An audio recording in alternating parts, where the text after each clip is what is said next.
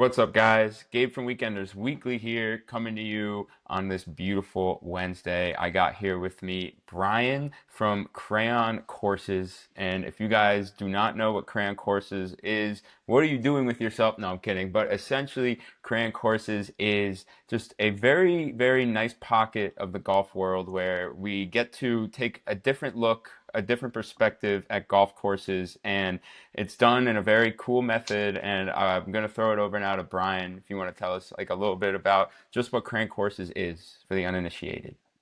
Yeah, Crayon Course is just a way to talk about golf. That's really the main thing. It's something I started doing.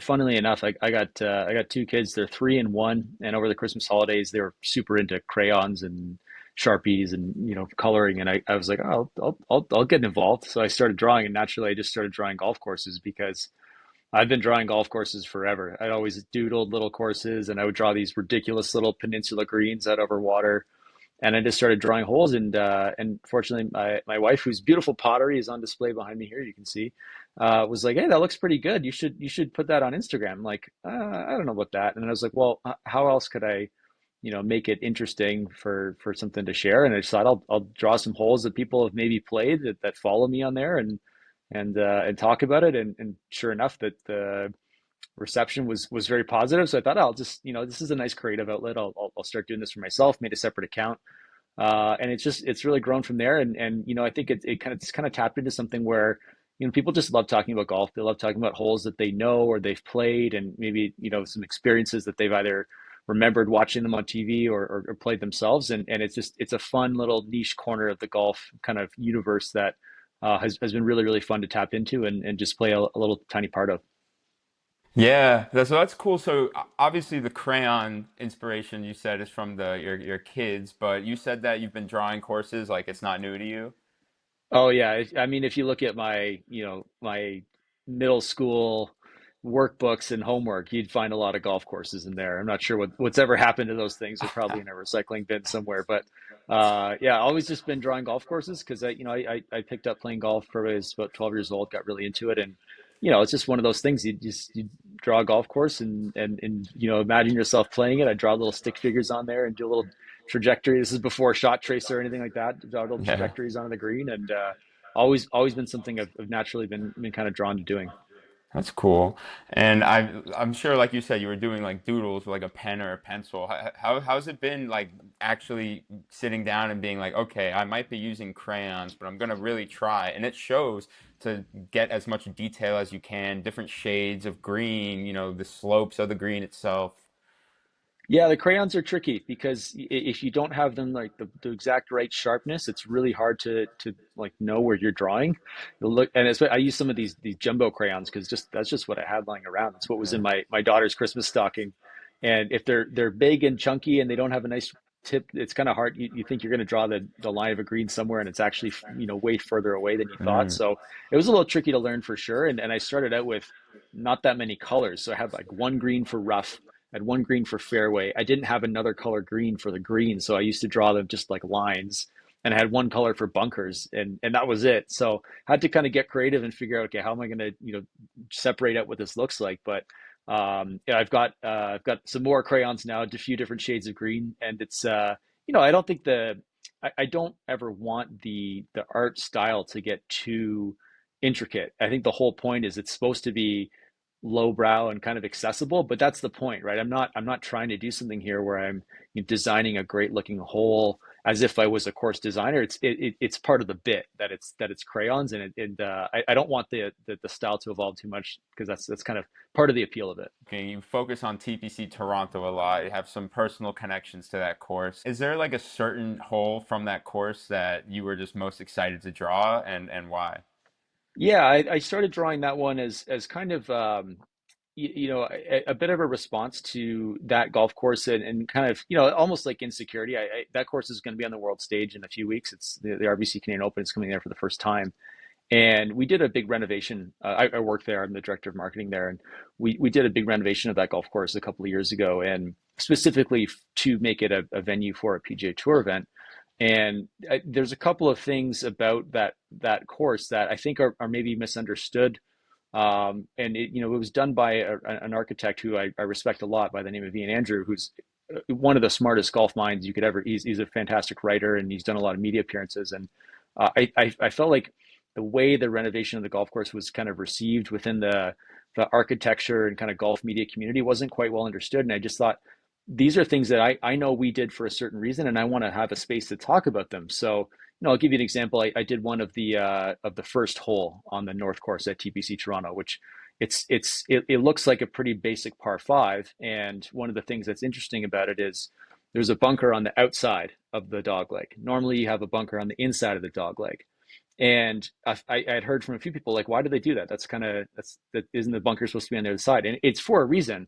The reason is that it's a sharp dog leg left, and there's trees over on the left side, and it's the first hole of the course. And usually, when pro golfers get their first first shot of the round going, they just want to get off to a good start. They don't want to take on any risk, and so they're going to aim away from those trees because they don't want to lose a ball off the first tee. They just want to get out there and get off to a smooth start, get going. The bunker is there to punish that bailout. The real trouble is the trees in the left, but the bunker is there to catch the bailout. And I'd heard from a couple of course raters or people in the media like, that's kind of weird. Why is there a bunker on the outside? It's like, well, there's a reason for it. And if you go through the entire golf course, there's a reason for where absolutely everything is. We're very intentional in the way we did this renovation. And I just thought this is I may not ever get the chance to actually have a conversation about a lot of these really specific things, but I can do it here. And so it's just one of these ways to kind of have an outlet to talk about golf and architecture and in a way that I think I'm hoping people comprehend and understand when they watch that tournament in a few weeks. That's really cool. Like a way of accessibly talking about golf architecture. People look at a golf course and it's like, oh, it's open land and you have to throw some par fives, par threes. But, once you start doing some research into it and talking about how they have to work with natural things, especially like a renovation and or redesign where you're building on something already existing, whether you're changing it or not. So to be able to use crayons to show that to people is really cool. And I know you get to a point where you put like yardages on some of the holes and Mm. things like that too. So even to that degree to show people. So that's really cool coming up for the RBC Canadian Open. And something else that I liked a lot, that I just see from like a lot of the courses are logos. Something I caught on early, and if you remember, I was talking to you about that a little bit because I was looking at the course and I was like, wait a sec, he's also out there. He's making the logos. He has the colors for that. What was it first like trying to draw these logos with crayon? And what are some logos you thinking about doing up next? There were definitely some that got wrapped, rolled up and thrown in the trash bin because they didn't look very good. It kind of like I was saying with the if the crayons aren't sharp, if they're rounded, it's super hard to draw detail like that. So I mean the Augusta logo was the coolest one. I think I did 5 holes leading up to the Masters, and the logo does not look the same in any one of them. And it just again that's kind of the point, right? I'm not trying to draw something here that's super super detailed. Like I am not an artist. I'm a doodler at best, but it's almost like it's part of the appeal. It's part of the bit that it's this guy's drawing golf courses with crayons and he's drawing the logo too. And it's sometimes I might take a bit more of an artistic approach with it, and it's not exactly the way the logo looks, but it is fun when you feel like you kind of nailed it and you get it right. It's kind of a fun look to see on the page for sure. Yeah, and kudos to having the logo and the course on the same paper. So you had to make sure that it was done right. I'm sure it's a bit tedious. Do you do logo first or course first usually? I'll always do the course first. One thing I realized after doing a couple is you can't draw the logo on the right side because my hand is going to be over it Oh, when I'm doing the really? video talking about. So I always got to have the logo on the left side, which means I got to leave some room there. But usually when I'm talking about these holes, I'm trying to focus on the most interesting part of the holes, which means that the tee box usually gets cut off, and usually it's going to be the green, maybe something back in the fairway. So I know kind of draw that up the middle of the page and then leave some room for the logo on the left, and that way I've kind of got room to get everything included. Well, that's pretty cool. I love like, hearing like details about it. So, how did you get to a point where you're happy now with your colors? Were you like trying different colors and trying, or did you just like see one, you're like, oh, that's my green? Yeah, when I started, the choice was kind of made for me because there were 2 greens in the box. There was two Right. greens and one brown, and I was like, oh, Mm. I guess those are the ones I'm going to use. I have a box now that's got like a lot of crayons, and Dope. there's like I want to say there's 14 different shades of green, and it's kind of Nice. overwhelming. I actually just drew one that I haven't posted yet, where I was like, I'm just going to try some different shades of green, and honestly, it's like they're a little too blue.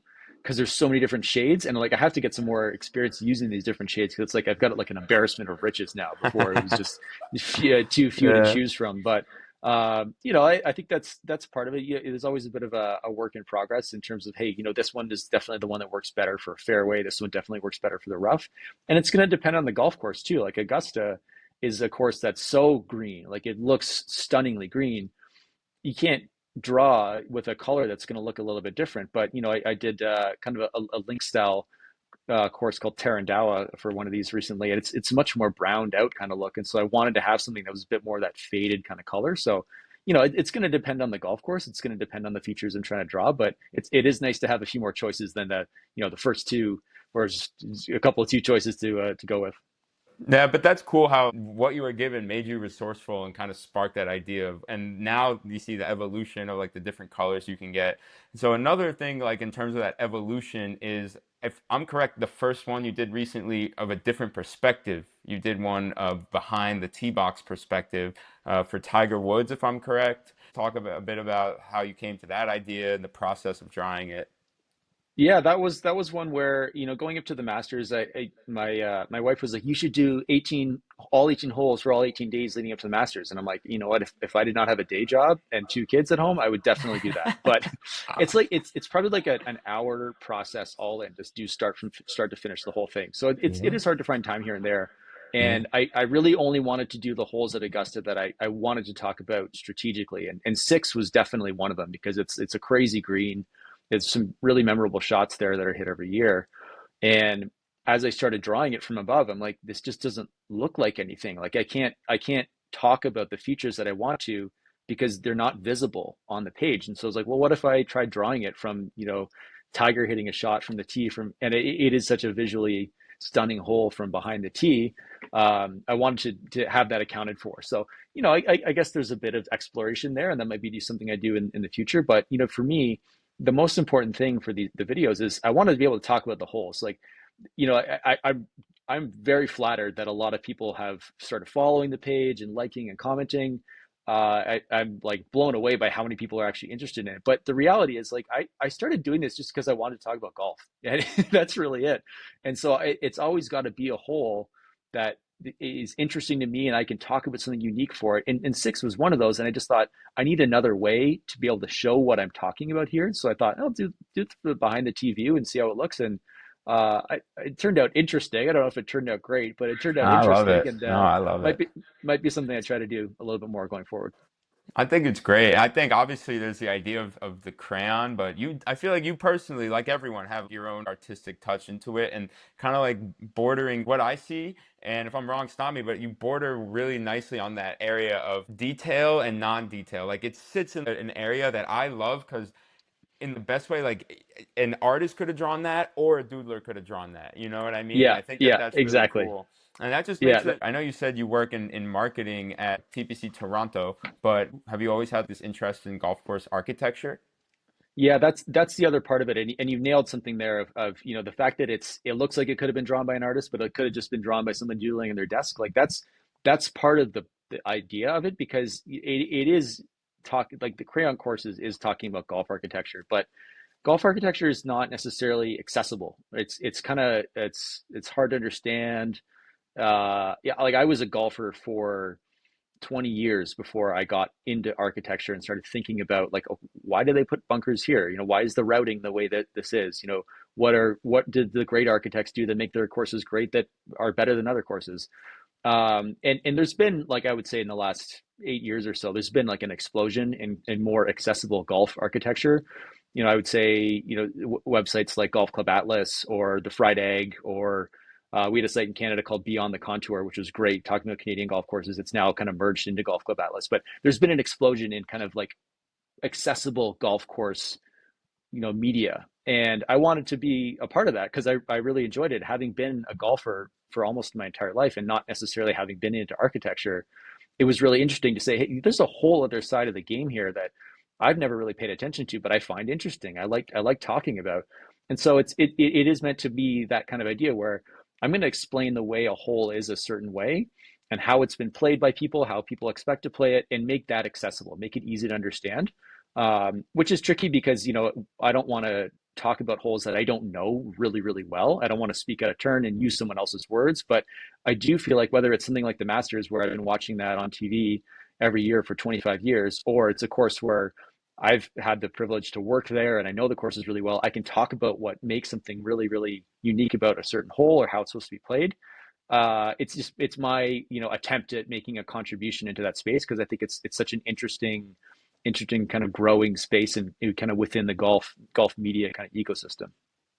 That's really dope. As someone who I've only been playing golf for about 6 years, but I've really tried to learn all facets, and so I just have this fascination with golf course architecture.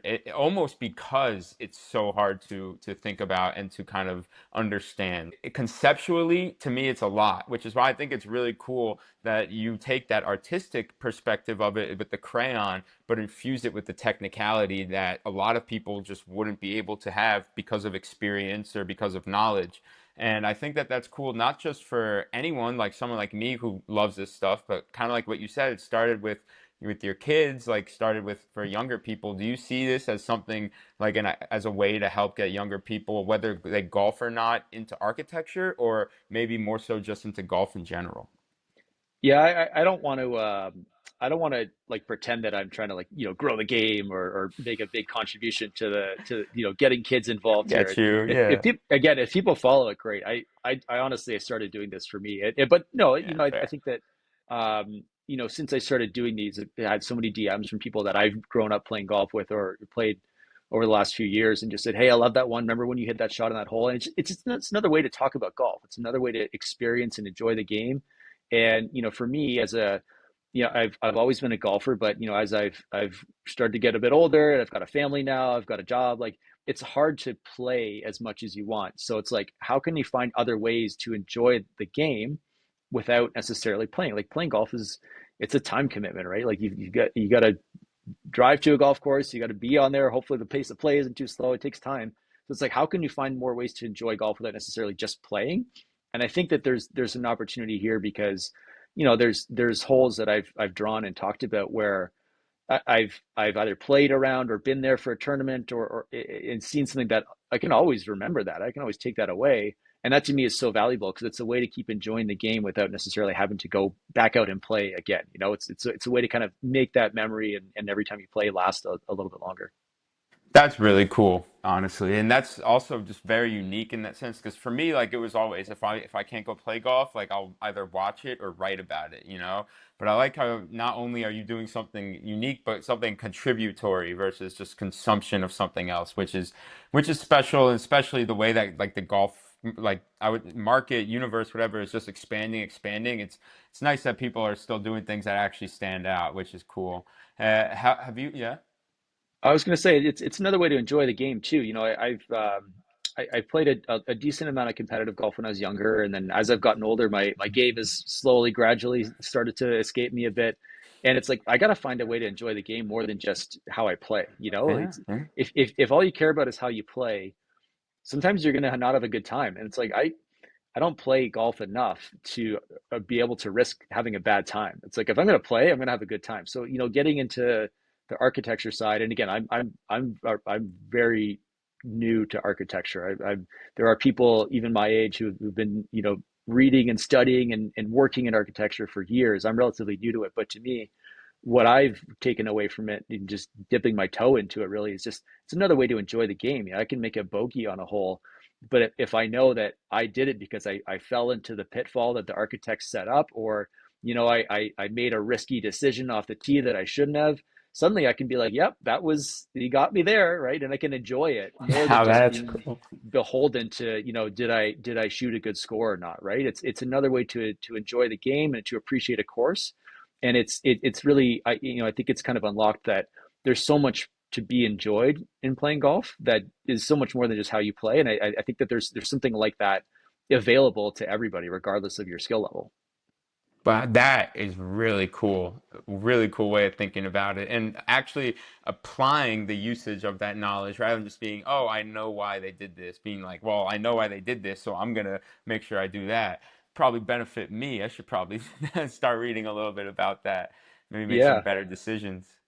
That's really cool Yeah. though. Yeah. And I think that I'm not sure how true this is. I think there's an argument that understanding architecture can maybe make you play a bit better, right? You kind of go, okay, this is the trap that the architect is trying to lure me into. And not every architect thinks like that, but Okay. there's ways to kind of think, okay, here's how I can kind of think my way around a golf course and maybe save myself a shot or two here or there. I don't know if that's always true, but I think that there's certainly holes where having a bit of knowledge can come in handy.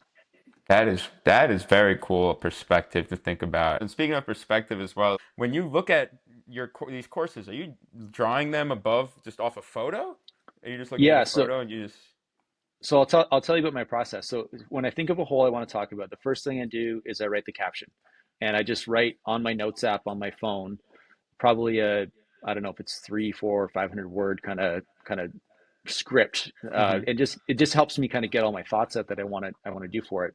And hmm then I don't know if you would have seen this. I put it on my story one time. I crawl into my studio, which is Okay. my bedroom closet. I have sweaters around me, so it softens the Oh, noise a bit. okay. And I just record it into my phone.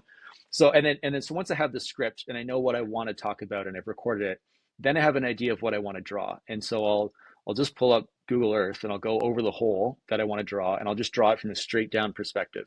And I'll kind of like crop it based on the features that I want to talk about. So if it's something that's got a really cool green, probably won't even draw the tee or the first part of the fairway. I'll just draw. But if it's the entire hole and I want to talk about the line off the tee, I'll draw the entire fairway. So it kind of depends what I'm going to talk about there.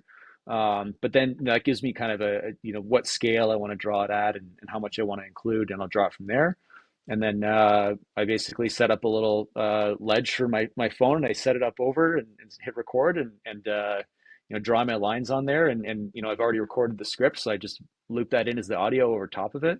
And after about an hour, it's all comes together as a little Instagram post. That's awesome. Thanks for sharing that. Do you record the voiceover and then just overlay it after you go over the Yeah, court? Ah, yeah. okay, So cool. I'll record it and then I'll play it out of another speaker or my laptop or whatever, just so I can time up what I'm drawing with the script itself, and then I'll just import the audio and kind of lay that over. And sometimes I do kind of goofy sound effects, or I'll do like a screen grab of a hole. I got a little cheeky and actually threw in some footage from Tiger playing the sixth hole at the Masters, which honestly I was surprised that didn't get taken down. Maybe it still will. You never know. No, you never know. They got to protect those media rights, so it doesn't wouldn't surprise me if it came down. But I'll throw stuff over there on top just to kind of help explain it a bit more. After the first few that I had done, a few people had said I really enjoyed that. I wish I know what the hole actually looks like. So if it's a hole at TPC Toronto, it's like, well, I'll just throw some drone video over top of it. I got drone Yeah. video for days of every single hole and just throw that Nice. over top, and you can kind of show what the hole actually looks like. So I don't know. It's that part of it is definitely evolving. I want to get better at kind of making it accessible and easy to watch one of these. I think they're a bit too long right now. They're over 3 minutes, which if you look at the watch metrics, people usually stop after about halfway through, which I totally get. So if I could get them down to like 90 seconds, that would be probably a better way to do it. Well, this is opinion, but as far as that, I'm the same way where I skew long with everything I do, whether it's writing or video. So I respect that you've kept it long, and I've had to deal with that as well personally. Like some of the things I used to just put out these 3 minute videos, and now I like struggle, but I somehow chop them to a minute and a half, and still, Yeah. then it's like, well, they're wanting to watch 45 seconds. Look, between you and me, I might not even leave this in, but people are stupid. People should be watching and should be able to mentally handle watching all 3 minutes. But Yeah, well, I think that the other part about it being crayons that I like and I want to keep it kind of that look is there's so much about being a content creator that forces you to optimize for whatever works for the platform. So if you're on a YouTuber, or if you're on YouTube, you're probably making a video that's 9.5 minutes long. It's got an ad read at the 1 minute mark. Like it's got a certain kind of looking thumbnail, right? If you're Instagram, you're probably optimizing your reel for a certain length, and you've got a hook at the front that kind of gets people who are, and it's like at some point that kind of comes at the expense of making the content that you want. And again, like this is a project for myself. I'm super flattered that a lot of people are following this, but I'm doing this because I just like to talk about golf, right? So hell yeah, I'm always going to kind of skew towards like making it the length I want, making it the script I want, making it the video that lets me talk about a certain hole the way I want to, as opposed to trying to say, hey, I want to try to get whatever number of views on this one, and I have to, optimize it for whatever Instagram's going to like the most out of it.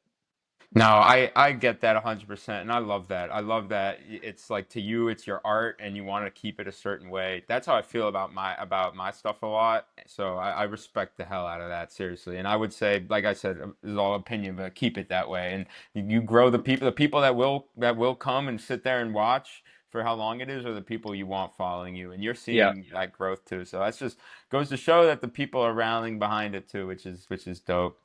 Do you have yeah. any favorite architects?